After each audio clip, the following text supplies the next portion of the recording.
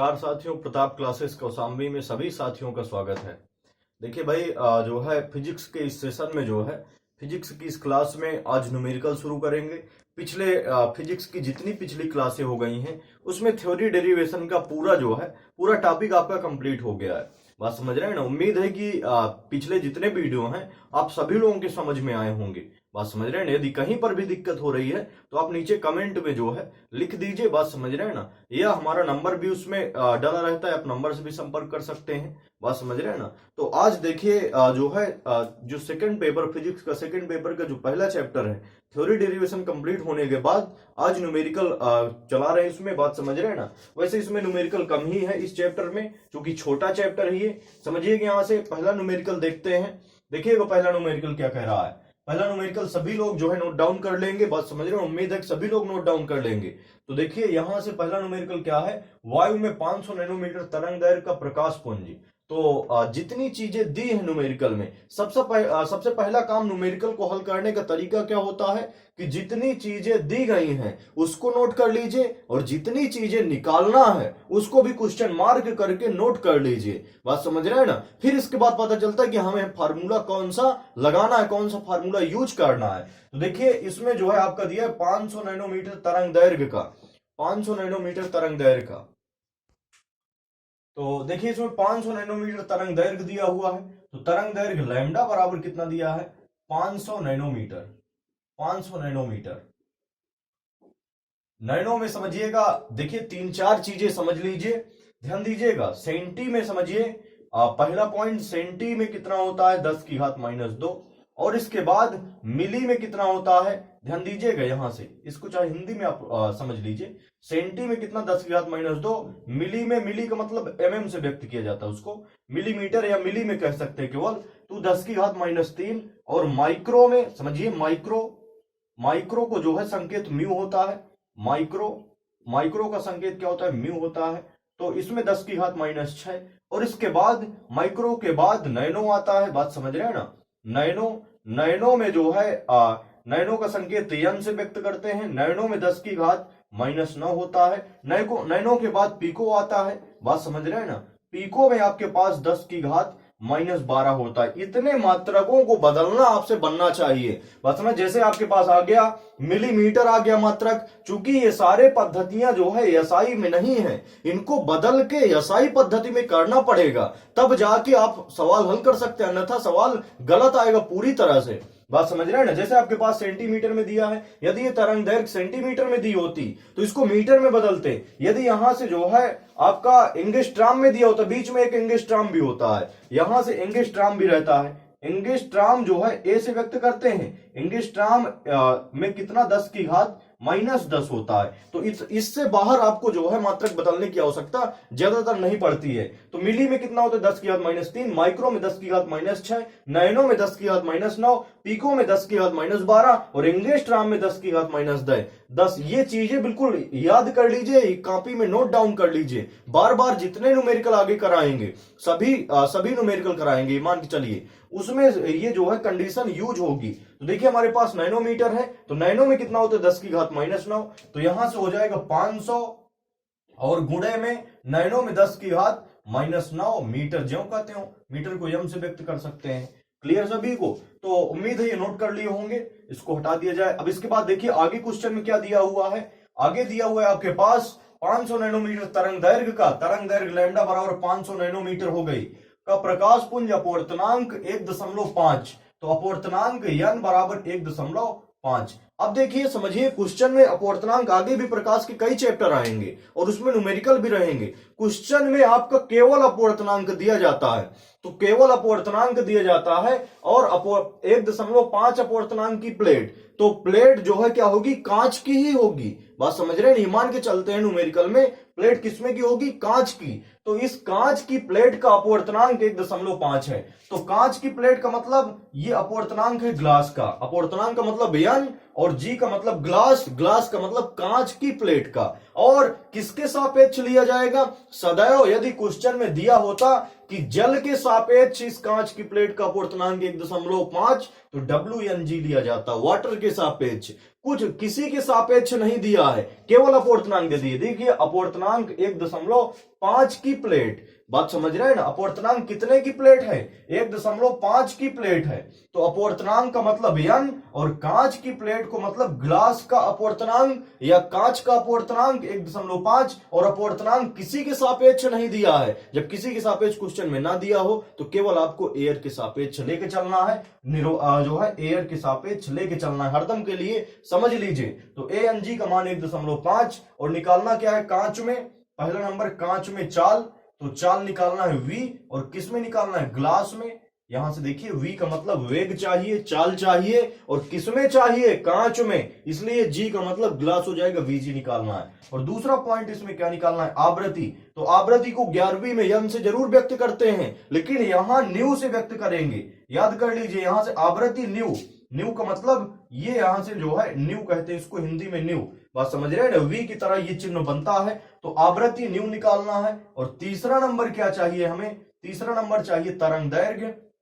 तरंग दैर्घ्य किसमें चाहिए, तरंग दैर्घ्य चाहिए यहां से कांच में, तो लैम्डा जी चाहिए, ये कंडीशन पूछ रहा है। तो अब समझिए, यहां से ध्यान दीजिएगा पूरी तरह से। पहली कंडीशन यहां से निकालेंगे, देखिए एक फार्मूला होता है जो कि आगे चैप्टर्स में पढ़ाया जाएगा। ये न्यूमेरिकल यहां दिया था, बोर्ड परीक्षा में आया भी है न्यूमेरिकल, इसलिए इसको जो है हमने क्या कर दिया, पढ़ा दिया, बात समझ रहे हैं ना। एक फार्मूला होता है, समझिए कि यहां से जैसे क्या है कि 500 नैनोमीटर तरंग दैर्घ्य का प्रकाश है, वो जो है अपवर्तनांक 1.5 की प्लेट में क्या करता है, प्रवेश करता है। जैसे ये कांच की प्लेट है मान चलिए, और यहां से जो है इसका अपवर्तनांक ANG दिया है, मतलब वायु के सापेक्ष ग्लास का अपवर्तनांक 1.5। इसमें क्या है कि ये जो है ये कोई प्रकाश है, ये क्या करता है, प्रवेश करता है। तो देखिए यहां से किरण कहां से कहां होकर जा रही है, पहला माध्यम वायु हो गया, और दूसरा माध्यम क्या हो गया, कांच हो गया, बात समझ रहे हैं ना। तो वायु के सापेक्ष कांच का अपवर्तनांक इसीलिए लिया गया है, चूंकि जो है जो प्रकाश है, बात समझ रहे हैं ना, वायु में 500 नैनोमीटर तरंग दैर्घ्य का प्रकाश ये कांच की प्लेट में प्रवेश करता है, मतलब वायु से होकर कांच में जा रहा है, इसलिए वायु के सापेक्ष कांच का अपवर्तनांक लिया जाएगा। तो एक जो है फार्मूला होता है अपवर्तनांक n बराबर, तो n के स्थान पर अपवर्तनांक कौन सा लिया जाएगा, ANG। तो अपवर्तनांक बराबर पहले माध्यम में प्रकाश की चाल बटे दूसरे माध्यम प्रकाश की चाल, याद कर लीजिए। ये आगे आपका ये फार्मूला आगे पढ़ाया जाएगा, पूरा डेरिवेशन है, बात समझ रहे हैं, इसलिए इसको यहां अभी बताए नहीं है। तो अपवर्तनांक बराबर क्या होता है, पहले माध्यम प्रकाश की चाल बटे दूसरे माध्यम प्रकाश की चाल। तो पहला माध्यम क्या है, देखिए पहला माध्यम वायु, दूसरा माध्यम कांच। तो पहले माध्यम प्रकाश की चाल, वायु में प्रकाश की चाल को C कहते हैं, जिसका मान 3 × 10⁸ होता है। याद रखिए, निर्वात अथवा वायु में प्रकाश की चाल कितनी होती है, 3 × 10⁸ मीटर प्रति सेकंड। तो अपवर्तनांक बराबर पहले माध्यम प्रकाश की चाल बटे दूसरे माध्यम में, तो दूसरा माध्यम क्या है, कांच है, तो कांच में प्रकाश की चाल को VG कहेंगे। तो पहले ही मान चुके हैं, बात समझ रहे हैं ना। अब केवल मान रखना है। तो ANG का मान कितना दिया है, 1.5, और बराबर C का मान जो है निर्वात अथवा वायु में प्रकाश की चाल का फार्मूला क्या, मान क्या होता है, 3 × 10⁸, ये याद रखना है, बात समझ रहे हैं। ये चीज क्वेश्चन में नहीं दी होती है। तो वायु में प्रकाश की चाल का मान कितना है, 3 × 10⁸, बटे में क्या हो जाएगा, VG। अब यहां से तिर्यक गुणा से VG को इधर ले आओ, 1.5 को नीचे ले जाओ, तो VG बराबर हो जाएगा आपके पास 3 × 10⁸, और बटे में क्या हो जाएगा, 1.5। तो अब देखिए यहां से कैंसिल करा दीजिए, 3 × 1 = 3, 3 × 5 क्या हो जाएगा, 15, और 1 अंक पहले दशमलव, तो दशमलव लगा दिया। अब आपके पास बचा हुआ है, समझिए, VG बराबर बचा आपके पास यहां से 1 × 10⁸, और बटे में 0.5। अब 10 का अंश और हर में गुणा करा दीजिए दशमलव हटाने के लिए। 10 का अंश में जब गुणा कराएंगे तो 1 × 10 कितना होगा, 10। 10 का हर में गुणा कराएंगे, दशमलव हट गया, और 5 × 1 = 5, 5 दूनी क्या हो जाएगा, 10। तो VG का मान कितना आ गया, देखिए 2 × 10⁸। तो अब देखिए साफ साफ अंतर हो गया। पिछले वीडियो में हमने बताया था कि यदि माध्यम बदल जाएगा, या अपवर्तन का तीसरा नियम, अपवर्तन का तीसरा नियम समझिए, अपवर्तन का तीसरा नियम कहता क्या है कि अपवर्तित किरण की आवृत्ति वही होगी जो आपतित किरण की होती है। अपवर्तित किरण की आवृत्ति वही होगी जो आपतित किरण की होती है, परंतु उसका चाल या वेग बदल जाता है। परंतु प्रकाश का चाल क्या हो जाता है, बदल। जैसे ये जो है, ये प्रकाश की किरण है, ये वायु से होकर कांच में जा रही है, तो इसकी आवृत्ति वायु में भी उतनी ही होगी और कांच में भी उतनी ही होगी। लेकिन इसका वायु में चाल कितनी होगी, 3 × 10⁸ ये सी का मान याद रखना है। और कांच में प्रकाश की चाल ये निकाल चुके हैं, 2 × 10⁸ हो गई। बात समझ रहे हैं ना। तो ये अपवर्तन का तीसरा नियम का उदाहरण मान के चलिए, बात समझ रहे हैं ना। तो पहला आपका चाल मिल गया। अब दूसरा नंबर आवृत्ति निकालना है, तो आवृत्ति चाहे वायु में निकाल लीजिए चाहे कांच में निकाल लीजिए, क्योंकि अपवर्तन का तीसरा नियम कहता है कि अपवर्तित किरण की आवृत्ति वही होती है जो आपतित किरण की होती है, परंतु उसकी चाल क्या हो जाती है, बदल जाती है। तो यहां से जो है आवृत्ति चाहे वायु में निकाली चाहे कांच में, तो वायु के लिए देखते हैं यहां से आवृत्ति निकालना है। तो उम्मीद है ये जो है इतनी चीज आपको समझ में आ गई होगी। यदि समझ में आ गई तो नीचे कमेंट कीजिए, सभी लोगों को कमेंट करना जितने लोग वीडियो देख रहे हैं। इसके बाद चलिए दूसरा नंबर निकालते हैं। तो दूसरा नंबर पर ध्यान दीजिएगा, दूसरा नंबर आवृत्ति चाहिए। तो देखिए 11वीं में आप फार्मूला पढ़ चुके होंगे भाई, V बराबर N × लैम्डा। समझिए 11वीं में फार्मूला पढ़ाया गया है कि कोई भी मान लीजिए तरंग है, बात समझ, चूंकि प्रकाश को एक तरंग मान के चलेंगे, कोई भी तरंग है तो उसकी वेग, आवृत्ति और तरंग दैर्घ्य में संबंध, वेग, आवृत्ति और तरंग दैर्घ्य में संबंध का फार्मूला होता है V बराबर N × लैम्डा। समझिएगा V क्या है, तरंग की चाल होती है, प्रकाश को तरंग मान के चलना है, तरंग की चाल होती है, N क्या होती है, तरंग की आवृत्ति होती है, और लैम्डा क्या होती है, तरंग दैर्घ्य होती है। तो समझिए वायु के लिए हम बात कर रहे हैं, तो वायु में प्रकाश की चाल या वेग को c कहते हैं, वायु में प्रकाश की चाल को c कहते हैं। और आवृत्ति को क्या कहेंगे, आवृत्ति को यह नहीं कह रहे हैं, आवृत्ति को यहां न्यू कह रहे हैं। और लैम्डा आपका जो है उतनी ही कंडीशन है, बात समझ रहे हैं ना। तो यहां से लैम्डा दिया हुआ है, लैम्डा हमें जो है ये कंडीशन वायु में आपकी जो है, वायु में तरंग दैर्घ्य दिया हुआ है।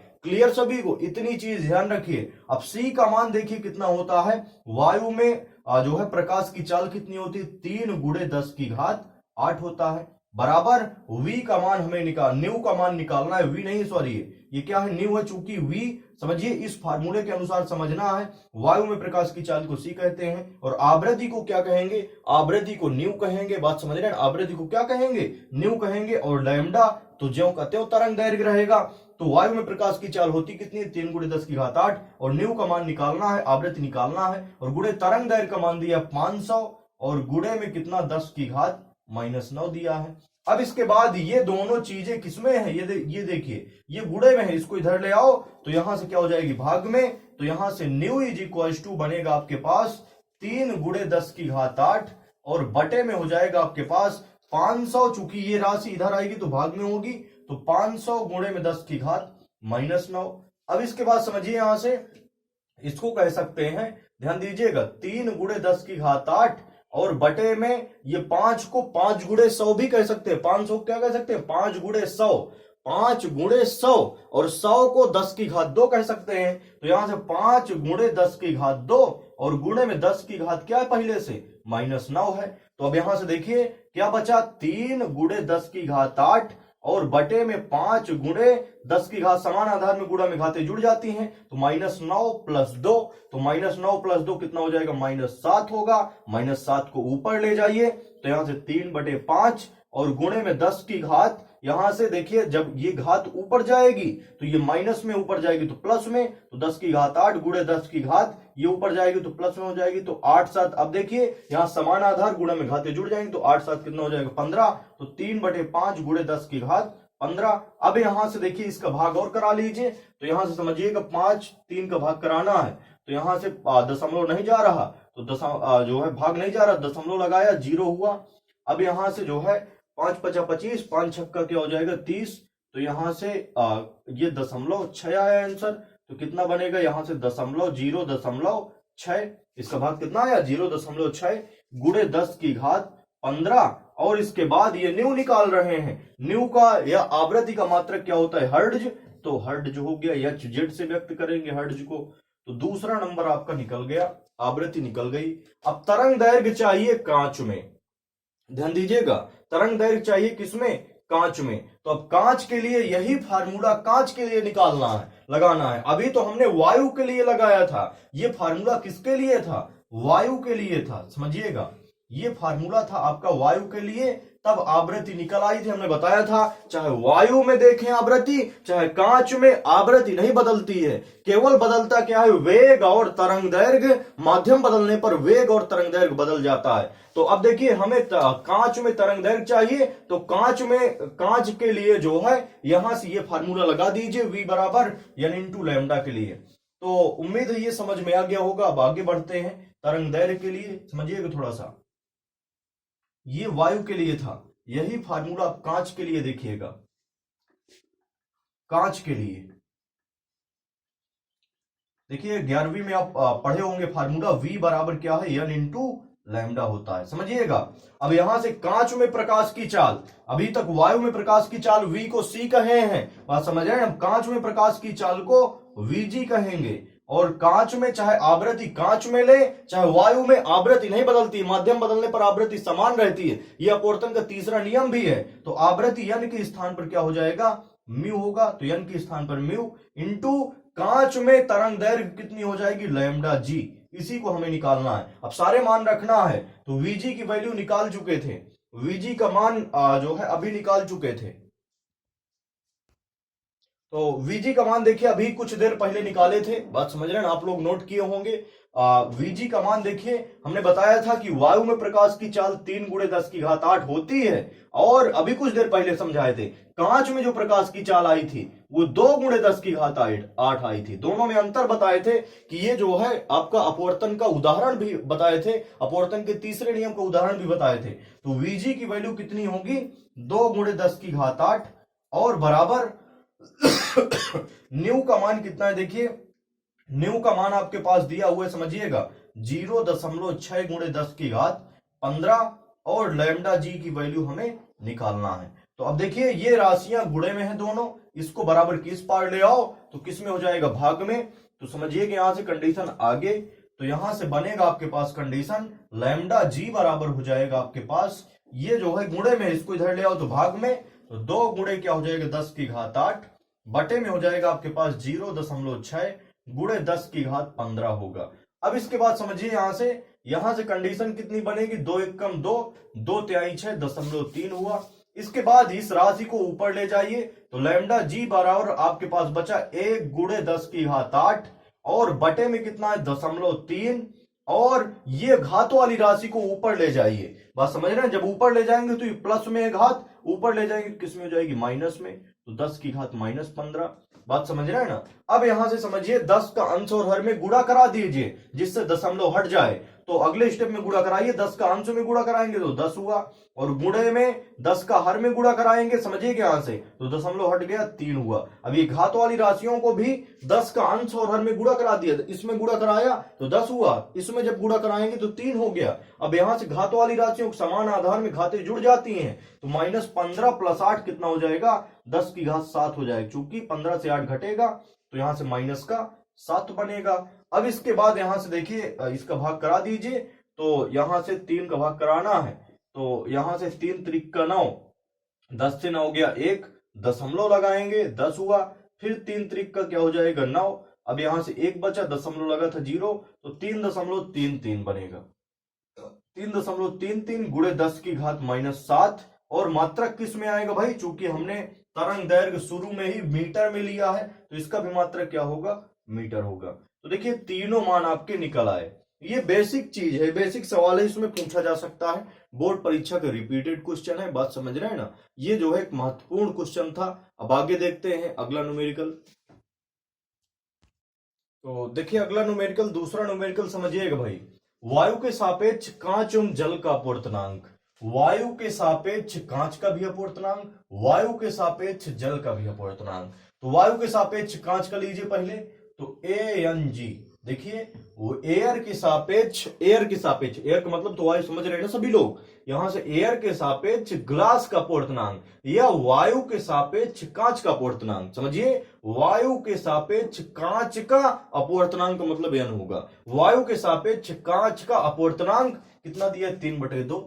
समझिए यहां से वायु के सापेक्ष कांच का अपूर्णांक 3/2 और वायु के सापेक्ष जल का अपूर्णांक, चूंकि क्रमशः कहा है कांच एवं जल का, तो कांच का 3/2 और वायु के सापेक्ष जल का, तो वायु के सापेक्ष जल का लेना है, तो एयर के सापेक्ष वाटर का एनडब्ल्यू का मान 4/3। समझिए, एयर के सापेक्ष वाटर का अपवर्तनांक का मतलब यन से है, एयर के सापेक्ष वाटर का अपवर्तनांक का मतलब यन से, तो एनडब्ल्यू का मान 4/3। और हमसे पूछ क्या रहा है, जल के सापेक्ष कांच का, तो जल का मतलब वाटर के सापेक्ष किसका, कांच का, तो WNG का मान पूछ रहा है। देखिए यहां से वाटर के सापेक्ष ग्लास का अपवर्तनांक या जो है जल के सापेक्ष कांच का अपवर्तनांक पूछ रहा है। तो देखिए ये जो है पिछले वीडियो में जब हमने उत्क्रमणीयता का एक वीडियो बनाया था, बात समझ रहे हैं ना, तो उत्क्रमणीयता वाले एक वीडियो में दो जो है, समझिए जब दो माध्यम होते हैं तो उसमें उत्क्रमणीयता का फार्मूला क्या बताए थे,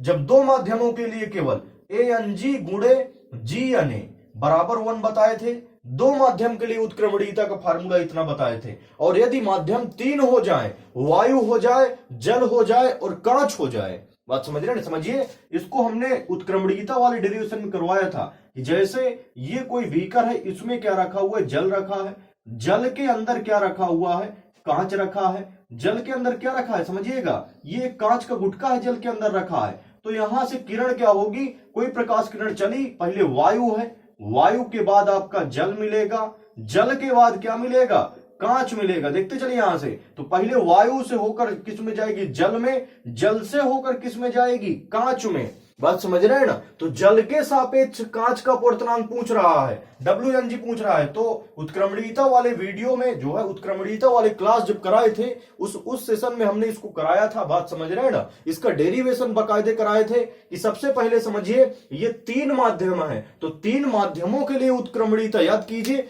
3 माध्यमों के लिए उत्क्रमणीयता कराए थे कि सबसे पहले वायु के सापेक्ष जल का अपवर्तनांक मतलब ANW और गुणे जल के सापेक्ष कांच का अपवर्तनांक गुणे कांच से होकर वायु में जाएगी, मतलब कांच के सापेक्ष वायु का अपवर्तनांक का मान क्या होता है, 1 होता है। तीनों गुणा करा दिए थे, वायु के सापेक्ष जल का अपवर्तनांक गुणे जल के सापेक्ष कांच का अपवर्तनांक गुणे कांच के सापेक्ष वायु का अपवर्तनांक का मान कितना होता है, 1 होता है। फिर वहां से दो माध्यम के लिए क्या लगाए थे, उत्क्रमणीयता का फार्मूला लगाए थे, ANG गुणे GNA बराबर 1 की कंडीशन लगाए थे। और फिर आपका फार्मूला लास्ट में आया था, WNG बराबर क्या आया था, समझिए इसमें फार्मूला हमने बताया था कि कैसे होगा, यन और यन अंश और हर में अपवर्तनांक, दोनों अंश और हर में अपवर्तनांक ही रहेगा, लेकिन जो लास्ट वाला है, लास्ट वाला G पहले W है, देखिए WNG का फार्मूला कैसे निकालेंगे, लास्ट में G आ रहा है, पहले W आ रहा है, तो जो लास्ट में G आ रहा है वो अंश में रहेगा, बात समझ रहे हैं ना। जो पहले W है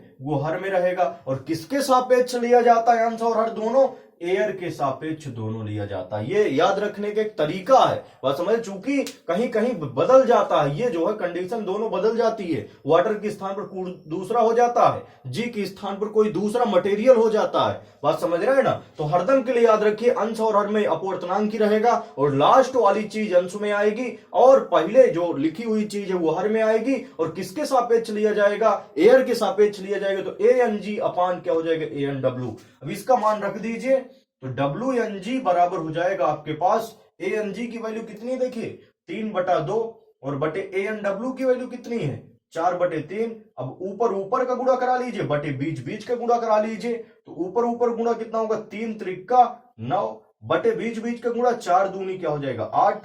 तो WNG का जो है आपका मान इतना ही आया, और अपवर्तनांक का कोई मात्रक नहीं होता, ये एक विमाहीन राशि है।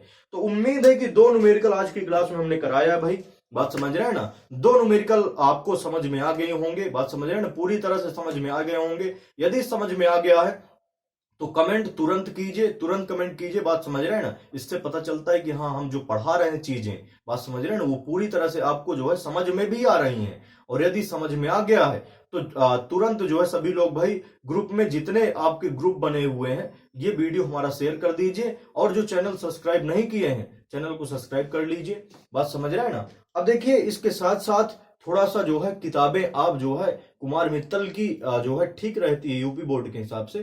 कुमार मित्तल की किताब आप फिजिक्स की खरीद लीजिए, उसमें न्यूमेरिकल जैसे जैसे हम कराते चल रहे हैं, बात समझ रहे हैं ना, बढ़िया आसान लैंग्वेज भी दी हुई है उसमें। तो न्यूमेरिकल उसमें के कुछ आप और कर सकते हैं। यदि कहीं दिक्कत आ रही है तो आप जो है हमें जो है फोन करके या जो है उसमें कमेंट में आप मैसेज कर सकते हैं कि कहाँ पर दिक्कत हो रही है। बात समझ रहे हैं ना। तो ठीक तरीके से पढ़ते रहिए, सभी लोग जो है स्वस्थ रहिए।